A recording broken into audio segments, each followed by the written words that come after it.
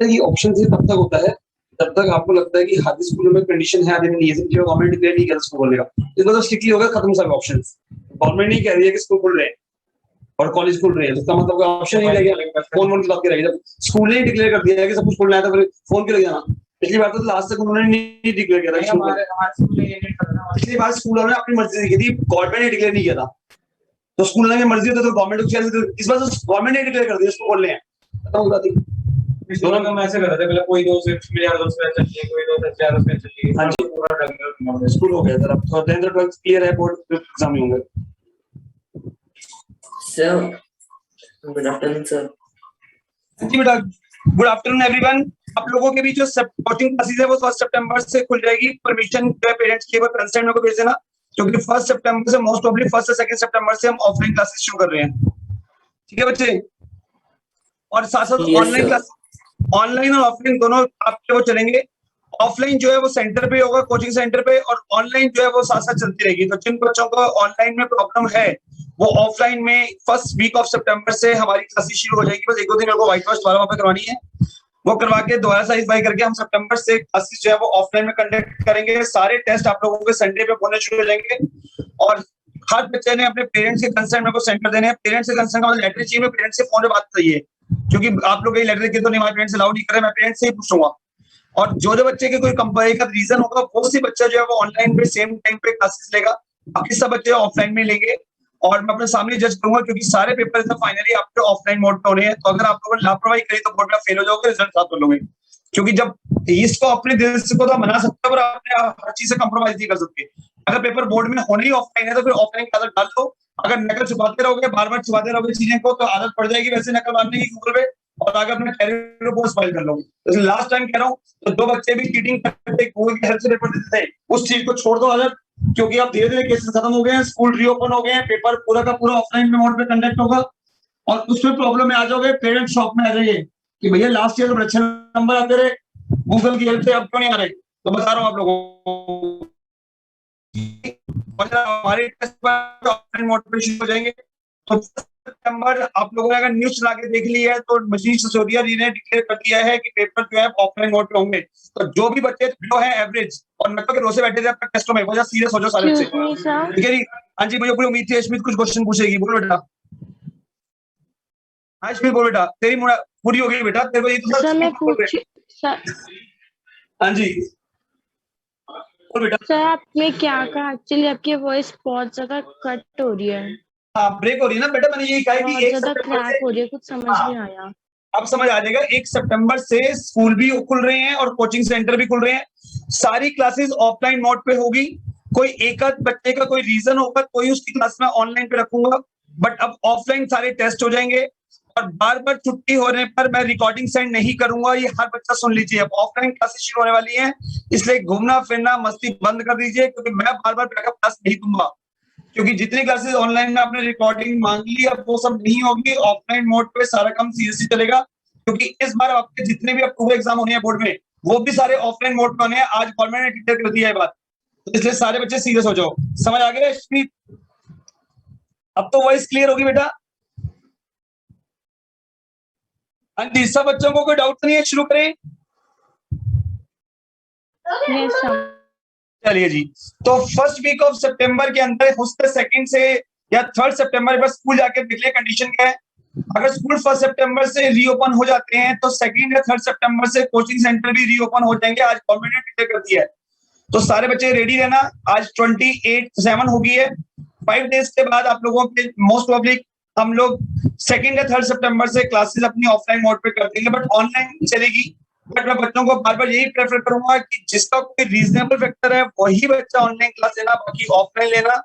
क्योंकि सबसे बड़ा रीजन ये है कि आपके एग्जाम जो है वो ऑफलाइन होने हैं बोर्ड के। अब सारे टर्म चाहे वो प्री बोर्ड हो, स्कूल हो, वो सब ऑफलाइन मोड पे ही होने हैं। तो इसलिए गूगल की हेल्प बंद कर दो और अपनी प्रैक्टिस शुरू कर दो बच्चे। आज मैं एक बार वो लास्ट टॉपिक खत्म कर दूं, क्योंकि मैं चाहता था कि तुम्हारा ट्रायंगल चैप्टर है वो ऑफलाइन मोड पे ही हो तो बेटर है, क्योंकि उसमें बहुत सारे एक्स्ट्रा क्वेश्चन भी होते हैं। तो आज हम एक क्लास असाइनमेंट की कंप्लीट करते हैं, केस स्टडी वाले जो रह गया था लास्ट हमारा, हमने पेपर डिस्कस कर रहे थे, और उसके बाद हम लोग आगे अपना ट्रायंगल जो है वो ऑफलाइन मोड पे ही कोशिश करेंगे कंटिन्यू चले। ठीक है बच्चे, निकाल लीजिए। तो मैं बार बार स्पेसिफिक बच्चों कह रहा हूँ कि जो बच्चे पढ़ने वाले नहीं है, जो सारे मस्ती मोड वाले काम है, वो अपनी फॉर्म में आ जाइए, बता रहा हूँ, वरना रिजल्ट खराब कर लोगे 10th का और सारी में पछताओगे, अच्छे सब्जेक्ट मिल नहीं पाएंगे। चलिए जी, देखिए जी, Recording in progress. तो स्टूडेंट जल्दी से अपना असाइनमेंट निकाल लीजिए, यही आज डिस्कस होगा क्लास के अंदर। ठीक है बच्चे, तो हम लोग आगे से क्वेश्चन कंटिन्यू कर रहे हैं। लास्ट क्लास के अंदर मैंने आप लोगों को फर्स्ट 25 तो 3 तक क्वेश्चन करा दिए थे। क्वेश्चन नंबर हमने 22 तक करा दिए थे। बहुत सारे ऐसे बच्चे हैं जिन्होंने आगे कोशिश भी नहीं करी हुई शायद करने की। ठीक है, करिए कोशिश, क्योंकि वो लोग चाह रहे हैं बोर्ड के ऊपर भी सर देने जाएंगे, हम लोग टाइम पास करेंगे। क्यों बेटा? और ऐसे तो बेटा पछताती रह जाओगे। मेरा तो कुछ जाना नहीं है, आप लोगों ने पछताना है इस बार अगर जो बच्चे प्रैक्टिस नहीं कर रहे। क्या बोलोगे माँ बाप को? आपने हमारे सब कुछ करा, हम आपके रिजल्ट लाके दे रहे हैं, ये ला फेल होना तो वही है। क्योंकि अगर आप नहीं पढ़ना शुरू करेंगे तो भैया टीचर का तो टाइम है नहीं, क्योंकि कुछ दोबारा से कराएगा। तो आप ही को प्रैक्टिस करनी है, हमारी तो कमी है नहीं, एक जाएगा कोई दूसरा आएगा। तो इसलिए अगर आप लोग अभी सीरियस नहीं हुए तो क्लास के अंदर छुट्टियां शुरू हो जाएगी छठी। अब बेटा वो सब आपको गवर्नमेंट डिक्लेयर करेगा, सबको बताता रहेगा। वो बस ये नहीं है गवर्नमेंट की गाइडलाइन आती है कि देखना क्या है। और आप अभी तैयारी रखिए, बाकी का कुछ सोचना नहीं है। पेपर कैसे होंगे, एमसीक्यू होंगे, सब्जेक्टिव होंगे, केस स्टडी होंगे, वो टीचर आपको स्कूल में हर चीज गाइडलाइन देती रहेगी। बेटा ये सब स्कूल जाते रहेंगे, जितना आपको पता उतना ही माइंड होना चाहिए। तो चलिए ये स्टार्ट करते हैं आप सारे बच्चे। बस ये बात श्योर है कि आज आ गया है कि 1 सितंबर से स्कूल रीओपन हो रहे हैं, कोचिंग रीओपन हो रहे हैं, कॉलेज रीओपन हो रहे हैं। हाँ जी, सब कॉलेज स्कूल और रीओपन हो गए, कॉलेज ओपन हो गए, स्कूल हो गए, कोचिंग हो गए, तो बाकी क्या रह गया? तो उन्होंने साफ कह दिया, अगर नहीं सुनते हो ढंग से सुनो, कि सारे कोचिंग इंस्टीट्यूशन, स्कूल और कॉलेज को रीओपन कर दिया रहा है 1 सितंबर से। आओ जी, अब हम शुरू कर रहे हैं बच्चे। क्वेश्चन नंबर 23, एक बार सारे बच्चे देख लो, एमसीक्यू। और अगर अभी भी सीरियस नहीं हुए फिर कभी भी सीरियस नहीं हो पाओगे बच्चे। देखो जी, हम लोगों को गिवन है sine theta plus sine square theta equal to 1, ये चीज गिवन है। आपको वैल्यू फाइंड करनी है cos square theta plus cos की पावर 4 थीटा इसकी। तो मैंने क्वेश्चन पहले भी कराया हुआ है एक्स्ट्रा क्वेश्चन में कि यहां से हम लोग काम करते हैं, साइन थीटा की वैल्यू निकाल लेते हैं, जो इक्वल आ गया 1 माइनस साइन स्क्वायर थीटा के, क्योंकि साइन स्क्वायर थीटा को वहां लेके जाओगे, यहां से वैल्यू आ गई sine theta equal to 1 minus sine square theta, और 1 minus sine square theta cos square theta के इक्वल होता है। लो जी, ये हमारी वैल्यू आ गई। साइन थीटा की वैल्यू क्या आ गई हमारी? Cos square theta. तो इस क्वेश्चन में जहां भी कॉस स्क्वायर थीटा आ रहा है उसकी क्या कह सकते हो? Sine theta. जहां cos 4 आ रहा है वहां लिख सकते हो साइन स्क्वायर थीटा, क्योंकि साइन थीटा की वैल्यू cos स्क्वायर है, तो cos स्क्वायर की जगह साइन आ गया। और यहाँ पे cos 4 का मतलब cos स्क्वायर का स्क्वायर, cos स्क्वायर मतलब साइन स्क्वायर का स्क्वायर।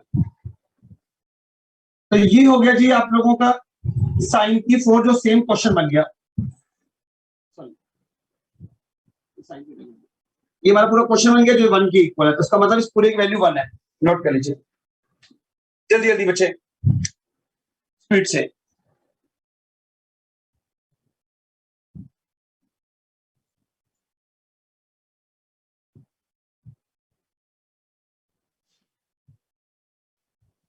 नेक्स्ट क्वेश्चन करें बच्चे।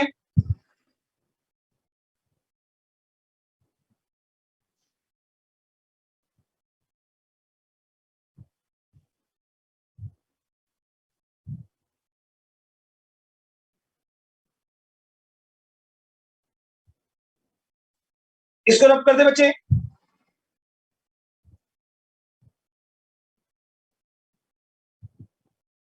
बेटा वीडियो ब्लर तो नहीं आ रही?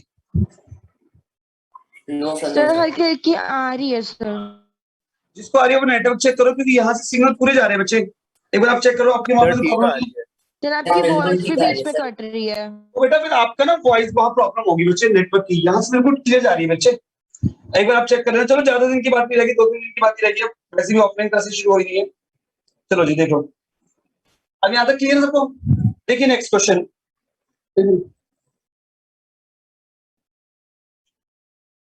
देखो जी नेक्स्ट क्वेश्चन, इसको रब कर दो।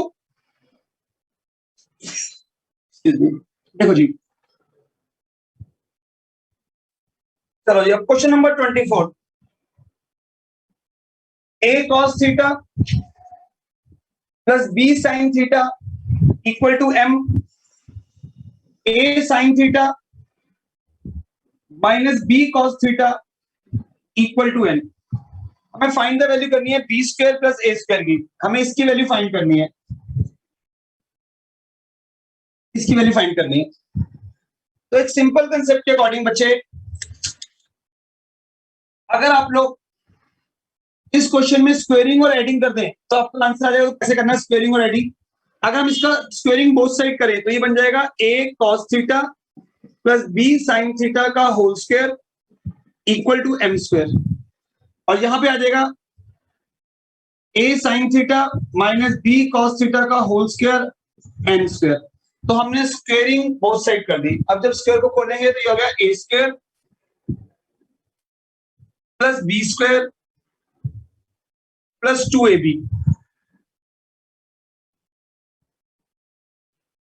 इधर भी a स्क्वायर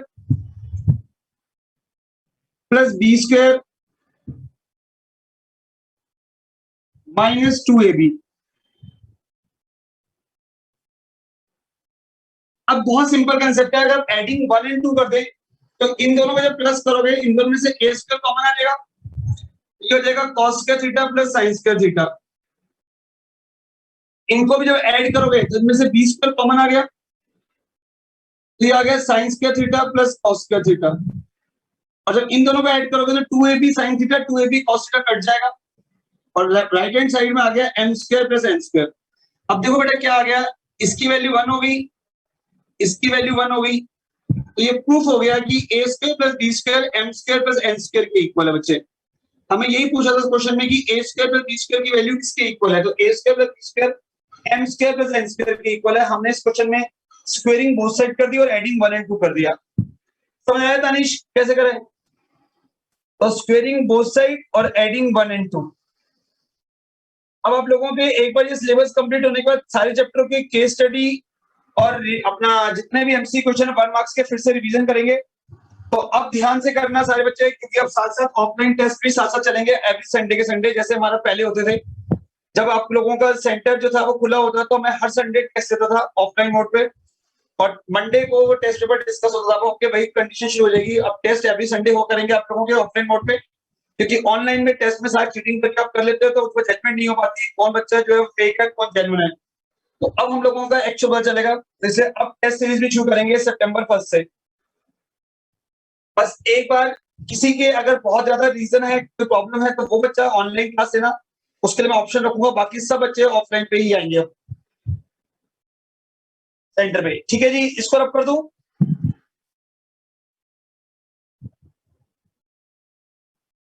ये वाला क्वेश्चन नोट कर लिया सबने बच्चे?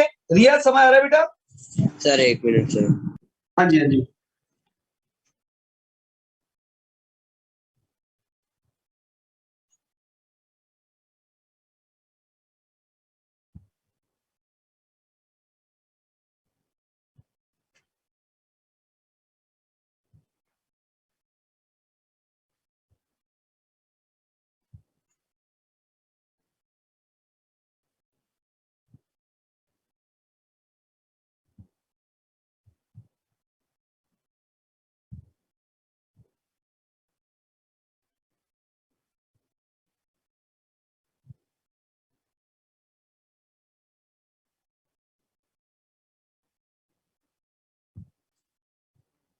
ओके बेटा, तो इसको रब कर दो बच्चे, समय नोट कर लिया था। Yes sir. चलिए नेक्स्ट क्वेश्चन देखिए।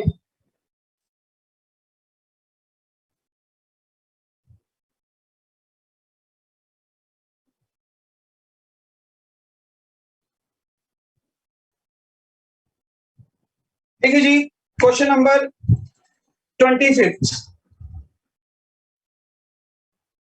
2.12, 112, 112, 4 टाइम 12 एंड सो ऑन। आपको पता है जब कोई नंबर असेंडिंग ऑर्डर में बढ़ता है, जैसे एक बार 1 फिर 111 फिर 111 फिर 4 टाइम 1, तो ऐसी चीजों को हम लोग ना तो नॉन टर्मिनेटिंग कहते हैं ना ही रिपीटिंग कहते हैं। It is a irrational number. ये क्या होता है हमारे irrational number, because non terminating non recurring. Note कर लीजिए, तो जितने भी नंबर एक कॉन्टिन्यूस ऑर्डर में बढ़ेंगे it is always a irrational number. ठीक है बच्चे, ये तो आप लोगों ने 9th क्लास में भी पढ़ा होगा।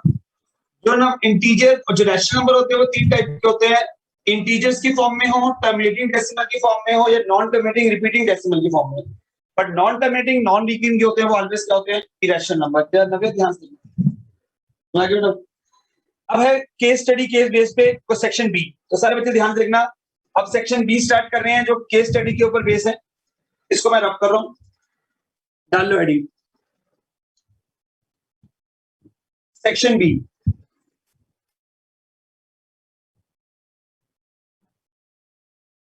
सेक्शन बी के अंदर आप लोगों को एक राइट एंगल ट्रायंगल दिया हुआ है, CAB, जिसमें राइट एंगल जो है वो ए पे है, परपेंडिकुलर गिवन है 1 मीटर, बेस गिवन है √3 मीटर।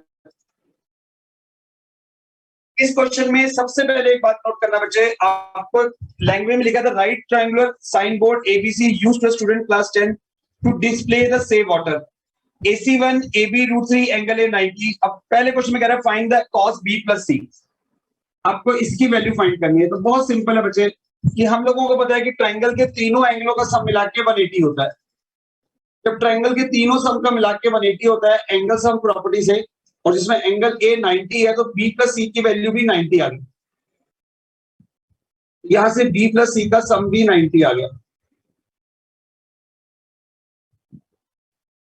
अब इस क्वेश्चन में जहां पे भी B + C आ रहा है उसकी जगह 90 पुट कर दो, और सबको पता है cos 90 की वैल्यू 0 होती है। तो पहले जो केस स्टडी है उसका आंसर हो गया 0, ऑप्शन नंबर C।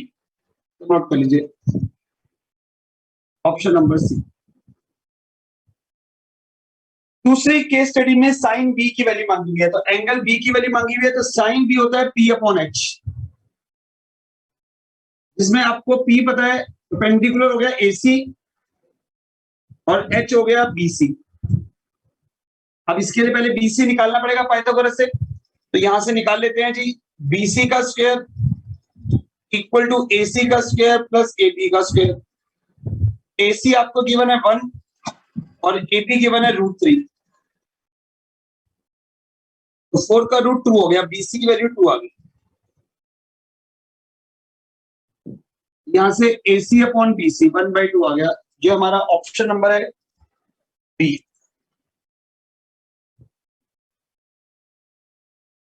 अब है फाइंड द एंगल बी तो हमारा निकल जाएगा। देखिए जी, अब हम डायरेक्टली एंगल बी निकालने के लिए P/B का यूज कर सकते हैं। सबको पता है P/B इक्वल टू, सीधे यहां से निकालते हैं, साइन B की वैल्यू क्या आई है आपका, क्वेश्चन नंबर सेकंड C की बात करें, साइन B की वैल्यू क्या आई है 1/2। तो साइन 1/2 कब होता है 30 डिग्री के ऊपर, इसका मतलब P की वैल्यू आ गई 30 डिग्री। साइन B अगर 1/2 के इक्वल दिया हुआ है तो इसका मतलब साइन B जो होता है वो 30 डिग्री पे 1/2 होता है, तो P की वैल्यू 30 डिग्री आ गई। और इसी के फोर्थ पार्ट के अंदर हम निकालते हैं, देखिए ध्यान से, पहले यहां तक नोट कर लीजिए।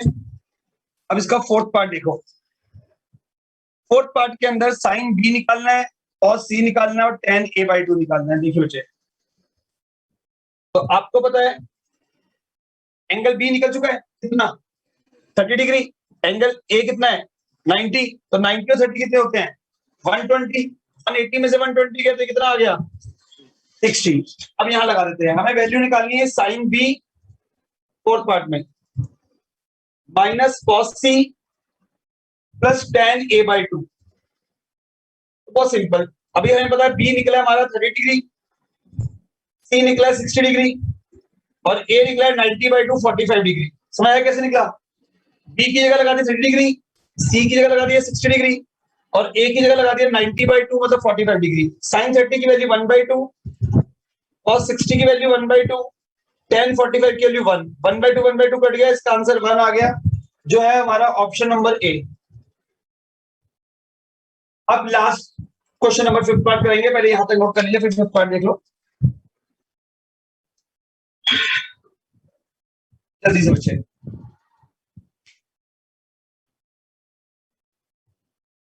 ट्रिग्नोमेट्री का बहुत अच्छा क्वेश्चन है, सब कुछ कवर है इसके अंदर। B + C की वैल्यू निकल गई, पाइथागोरस से BC निकाल ली, मुमताज क्लियर है बच्चे, कोई डाउट तो नहीं है? सर फोर्थ पार्ट समझा दो फिर से। बेटा हमें बी सी और ए की वैल्यू पता है ना, ये देखो आपने यहाँ से बी की वैल्यू क्या निकाली है प्रणव? बी की वैल्यू क्या? जब बी 30 है ए 90 है तो एंगल सम प्रॉपर्टी सी 60 नहीं आ गया? Yes sir. तो तीनों एंगल लग गए थे, यहाँ लगा दे बेटा, बी की जगह लगा दे 30 डिग्री, सी की जगह 60 डिग्री, ए की जगह 90/2 मतलब 45 डिग्री। क्लियर हुआ बच्चे? Okay sir. Yes sir. बस उसके बाद वैल्यू पुट कर दो। देखो जी अब एक लास्ट फिफ्थ पार्ट देख लीजिए। अब इसका जो फिफ्थ पार्ट है बच्चे, उसके अंदर आपको वैल्यू फाइंड करनी है 1 minus sine theta into 1 plus sine theta. एक काम करना पड़ेगा, रब करना पड़ेगा साइड पूरी, ये सब नोट कर ली होगी। ये देखो 1 minus sine theta into 1 plus sine theta into sec square theta. आपको इक्वल दिया हुआ है k/2 के बच्चे, तो बहुत सिंपल है, a minus B into A plus B, A square minus B square into sec square theta, ऐसे आ जाएगा। अब 1 minus sine square cos square theta होता है, और सेक को भी हम 1/cos लिख सकते हैं। कॉस कॉस कट गया तो 2 = k आ गया, k की वैल्यू 2 आ गई। बहुत रेयर क्वेश्चन बनते हैं केस स्टडी के ट्रिग्नोमेट्री के ऊपर, ज्यादातर ऐसे ही क्वेश्चन आते हैं, इंपॉर्टेंट क्वेश्चन है।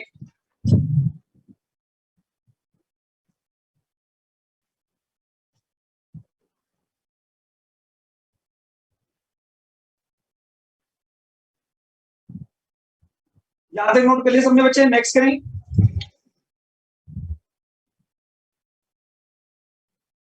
केस स्टडी सेकंड करें, अगर केस स्टडी फर्स्ट क्लियर है सबको तो हाँ जी, केस स्टडी सेकंड करें बच्चे, केस स्टडी फर्स्ट क्लियर है सबको तो?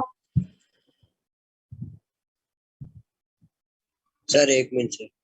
हाँ जल्दी नोट करो शुरू।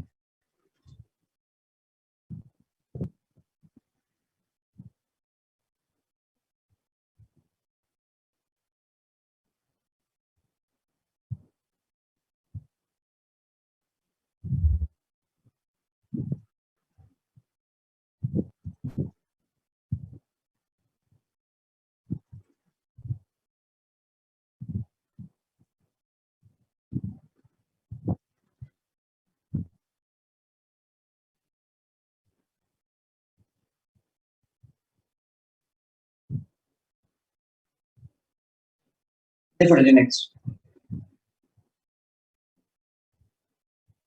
At least you note.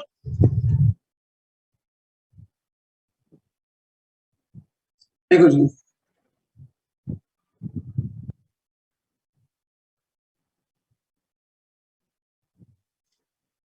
Case study second, जिसमें कह रहा है slide in the children park is inclined at an angle 30 degree which is comfortable for the children. तो आप लोगों की किस तरह की स्लाइड राइट से आपने देखा होगा जिसका एंगल मान लीजिए 30 डिग्री का। अगर if the height of the slide is 3 metre, find the length of the slides, आपको h निकालना है। तो बहुत सिंपल है, हमें एंगल भी दिया हुआ है, p दिया हुआ है, h निकालना है। तो आपको पता होना चाहिए बच्चे कि p/h जो होता है वो साइन थीटा को डिनोट करता है, थीटा यहाँ पे 30 डिग्री है। अब सबको पता है p की वैल्यू कितनी है, 3, h की वैल्यू निकालनी है और साइन 30 1/2 होता है। तो क्रॉस मल्टीप्लाई करोगे तो h की वैल्यू 6 मीटर आ गई। इसका मतलब जो लेंथ ऑफ स्लाइड्स है AC वो 6 मीटर है। समझिए करना, क्या दिया हुआ है और क्या निकालना है, इन दोनों में रिलेशन डिफाइन कर लेना। p/h = साइन और थीटा सामने वाला बनता है।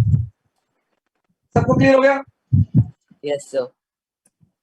नेक्स्ट में कह रहा है अगर स्लाइड की लेंथ p3 है और बेस निकालो, तो आपको पता है p/v में जो रिलेशन बनता है वो tan थीटा का बनता है, और थीटा 30 डिग्री यहाँ पे। p हो गया 3, बेस निकालना है आपको, tan 30 होता है √3।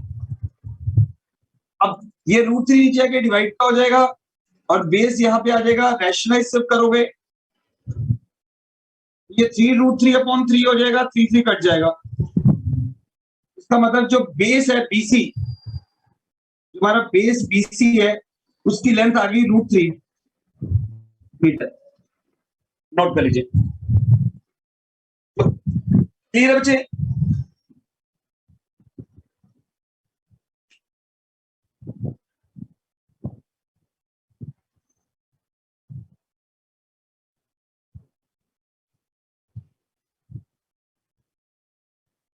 नेक्स्ट करें। सर tan 30 to 1/√3 होता है।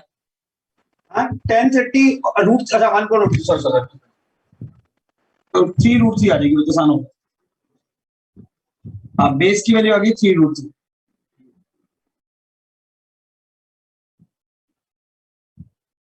जल्दी से नेक्स्ट करें। अब कह रहे हैं how much more should be the height is raised, the angle of inclination of the slide is become 60 degree। वो कह रहा है हाइट को कितना बढ़ाएं, बेस सेम रखा, हाइट को कितना बढ़ाएं जिससे कि एंगल 60 डिग्री हो जाए। अब ये नीचे लेटा उसको बढ़ाना है। अब ये हाइट निकालनी है, बेस सेम है, ये √3। सर ये तो tan 60 हो जाएगा। हाँ, अब tan 60 का कंसेप्ट यूज करके परपेंडिकुलर निकालना है। इस बार उसने कह दिया अगर एंगल 60 हो जाए तो P निकालो। आपको पता है P हमें निकालना है, मतलब ये perpendicular height of slides, base 3√3 दिया हुआ है। एक सेकेंड, यहां तक क्लियर है? यस यहां तक क्लियर? अब tan 60 की वैल्यू √3 होती है, तो क्रॉस मल्टीप्लाई करोगे तो 3 × 3 9 आ जाएगा। इसका मतलब हमें हाइट 9 मीटर लेनी पड़ेगी। क्लियर हो गए बच्चे?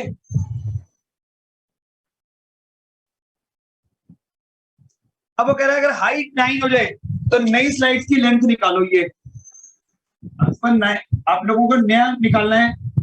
इस बार एंगल 60 डिग्री हो गया, ये 9 हो गया, ये चीज फाइंड करनी है हाइपोटेन्यूज। तो आपको पता है P/H के द्वारा, और sin 60, P हो गया 9, H हमें निकालना है, sin 60 होता है हमारा √3/2। क्रॉस मल्टीप्लाई करोगे तो ये आ जाएगा 18/√3। इसको रैशनलाइज कर लीजिए तो ये आ जाएगा 6√3।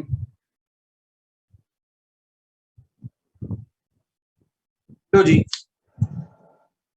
कोई डाउट?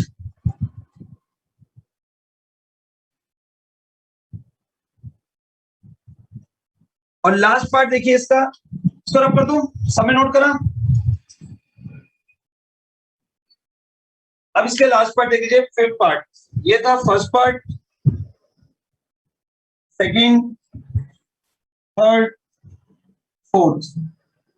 अब फिफ्थ पार्ट के अंदर कह रहा है कि आप लोगों के पास एक ऐसा स्लाइड पता है जिसकी आपको लेंथ गिवन है 14√2, उसकी हाइट गिवन है, मतलब लेंथ भी गिवन है और हाइट भी गिवन है। आपको उसका एंगल फाइंड करना है। तो जो चीजें गिवन है उनमें रिलेशन लगा लो। P भी गिवन है, H भी गिवन है। तो आपको पता है cot थीटा, cot 45। बेटा क्या बोल रहा है? P/H sin थीटा होता है। हमें हाइट भी गिवन है और परपेंडिकुलर भी गिवन है, तो P/H sin थीटा होता है। अब P हमें दिया है 14, H दिया 14√2, ये हो गया sin थीटा, कट के आ गया 1/√2। तो बताओ sin थीटा की वैल्यू 1/√2 कब होती है? जब थीटा 45 डिग्री। तो उसका आंसर आ गया 45 डिग्री।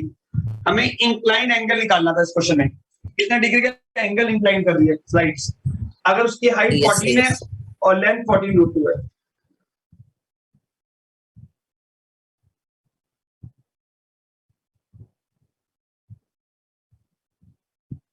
जल्दी से करना, फिर केस स्टडी 3 पढ़ेंगे।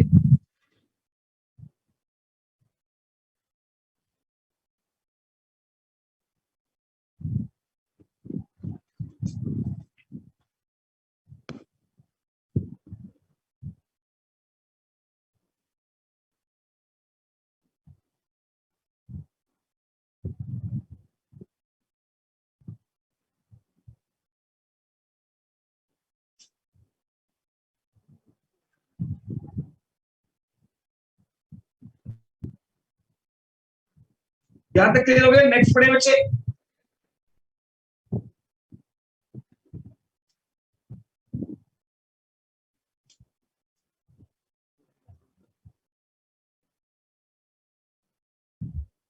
हाँ बेटा जी, इसको रब कर दो।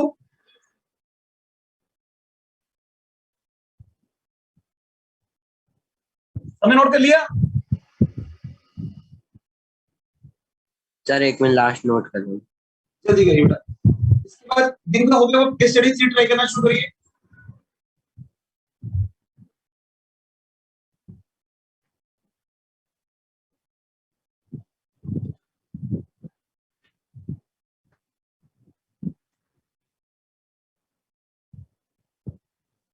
Sir done. चलिए देखिए जी, अब आप लोगों का नेक्स्ट क्वेश्चन केस स्टडी का।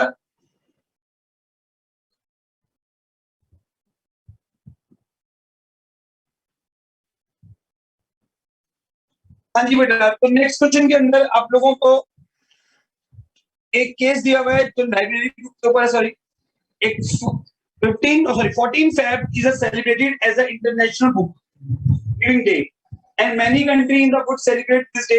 So, with some people in India also started celebrating this day and donate following number of books to a public library: history 96, science 240, and biography 336.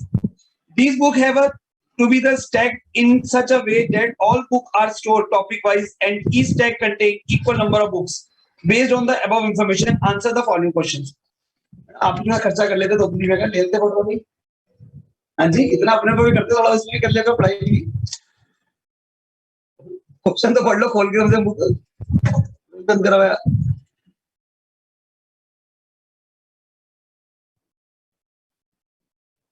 हाँ जी, जल्दी बताइए तनिष। सबसे पहले फर्स्ट प्रॉब्लम में कह रहा है to find the maximum number of book in each tag. क्या निकालोगे? एलसीएम, एचसीएफ, प्रोडक्ट या सम? पूरा साल हो गया पढ़ाते हुए। साहिल क्या निकालेंगे? हाँ जी, क्या फाइंड करेंगे इसके अंदर?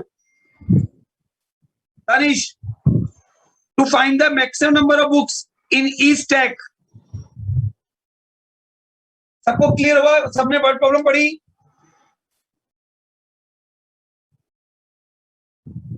बच्चे मेरी वॉइस क्लियर है? मुमताज, केस स्टडी पढ़ा आपने? तो पहले में कह रहे to find the maximum number of book in each tag. क्या फाइंड करेंगे? HCF, LCM, HCF। तो नोट करना, जब भी maximum number of books find करनी हो तो क्या फाइंड करते हैं? एचसीएफ। तो इस क्वेश्चन का फर्स्ट आंसर आएगा एचसीएफ।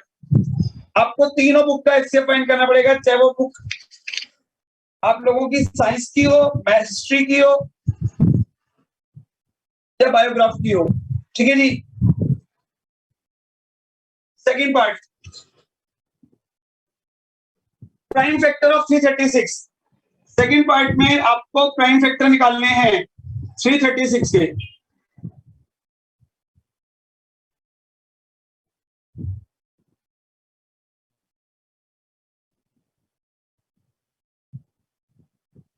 क्या देखा इसके प्राइम फैक्टर के आगे बेटे जी? 2 की पावर 4 इंटू 3 इंटू 7। तो इसका ऑप्शन हो गया आपका बी, 2 की पावर 4 3 इंटू 7।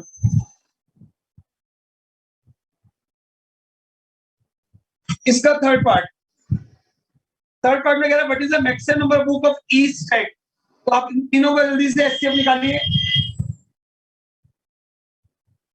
जल्दी से तीनों का। चाहे प्राइम फैक्टराइजेशन यूज कर लीजिए। एक सेकंड,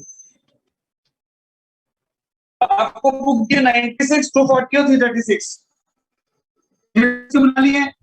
94 और 96 और 240 के बना लीजिए।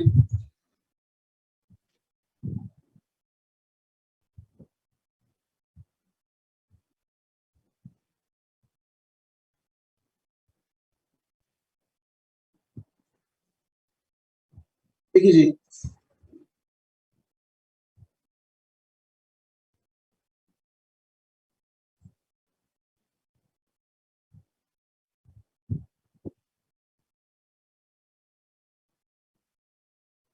लो बच्चे, अब अगर इसमें हम एचसीएफ निकाले तो आपको पता है सब में कॉमन आ रहा है 2 की 4 मिनिमम, तीनों में 3 तीनों में कॉमन है। तो ये आ गया 2 की 4 मतलब 16, और 348, तो एक स्टैक में 48 हाईएस्ट बुक आ सकती है। क्लियर होगा सबको? Yes sir. डाउट नहीं? गुड, जल्दी जल्दी करिए बच्चे। अब लास्ट है आपका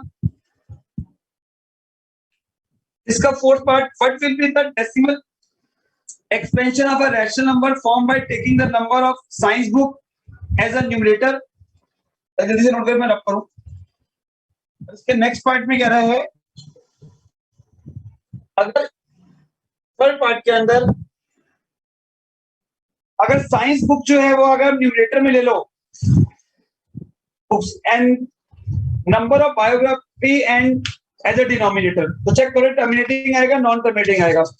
तो आपने साइंस 240 अपॉन 336, 240 अपॉन 336 चेक करो, पहले 2 से कैंसिल कर लो, इसको प्राइम को प्राइम नंबर ले आओ, मैं ले आओ,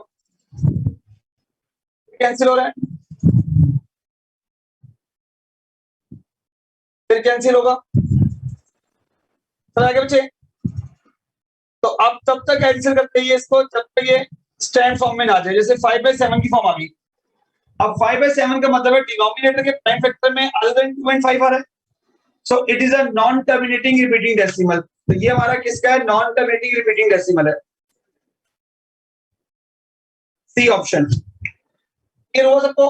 तो हम लोगों ने अपनी साइंस और बायोग्राफी के जो सब्जेक्ट के बुक्स थी उसके नंबर को डिवाइड करा, तो नंबर को डिवाइड करने पर पी बाई क्यू की फॉर्म को सिंप्लीफाई किया, तो डिनोमिनेटर की जो फैक्टर आ रहे हैं वो अदर देन 2 and 5 आ रहे हैं, so it is a non terminating repeating decimal. यहां तक क्लियर हो गया सबको?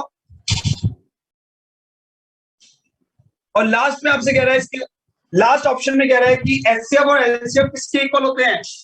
सबको पता है एलसीएम और एलसीएम का जो प्रोडक्ट होता है वो किसके इक्वल होता है? प्रोडक्ट ऑफ टू नंबर्स के।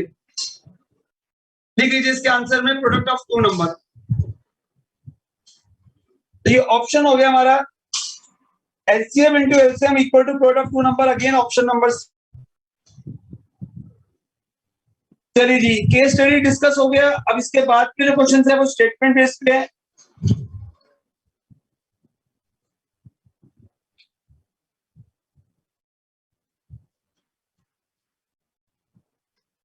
जल्दी देखिए, ये पकड़ लीजिए।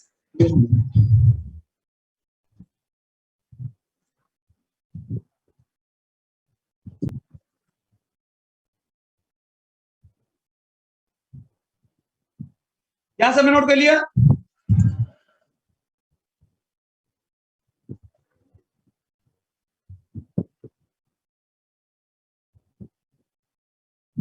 सर थोड़ा लेफ्ट कर दो। ये बेटा अब क्लियर है?